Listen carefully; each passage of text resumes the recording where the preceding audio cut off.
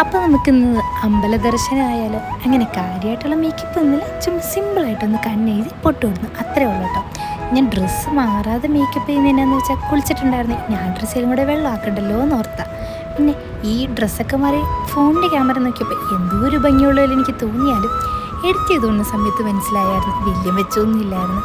എന്തിനാണോ എന്തോ ഞാൻ മുഖം ഇത്ര ഗൗരവത്തി ശ്വാസം പിടിച്ച് വെച്ചേക്കുന്നത്. ചില നേരത്തെ അങ്ങനെ ചിരിയും വരികയാണ്, ചില സമയത്താണെങ്കിലും ഭയങ്കര ചിരി. പിന്നെ ഞങ്ങളിത് ഹോസ്റ്റലിൽ നിന്ന് ഇറങ്ങി കുറച്ച് നടക്കണം കേട്ടോ, അമ്പലത്തിലോട്ട് പോകണമെങ്കിൽ. ഇങ്ങനെ കാഴ്ചയൊക്കെ കണ്ട് പയ്യെ നടന്നു. ഞാൻ ഏത് അമ്പലത്തിലോട്ടാണ് പോകുന്നതെന്ന് പറഞ്ഞു. ഇതൊരു സായിബാബ ടെമ്പിളാണ്, നമ്മുടെ നാട്ടിലെ ശ്രീനാരായണ ഗുരുവിൻ്റെ ഒക്കെ പോലത്തെ ടെമ്പിൾ. ആ റോസാപ്പൂവും പാർലേജ് ബിസ്ക്കറ്റും ആട്ടോ ഇവിടെ നേർച്ചയായിട്ട് കൊടുക്കുന്നത്. അങ്ങനെ നമ്മളിത് അതിൻ്റെ ഉള്ളിലൊക്കെ ജസ്റ്റ് കയറിയിട്ടുണ്ടായിരുന്നു. നല്ല ക്രൗഡായിരുന്നു, കാരണം ആഴ്ചയിലൊന്ന് ഇവിടെ എന്തോ പൂജയും കാര്യങ്ങളൊക്കെ ഉണ്ട് കേട്ടോ.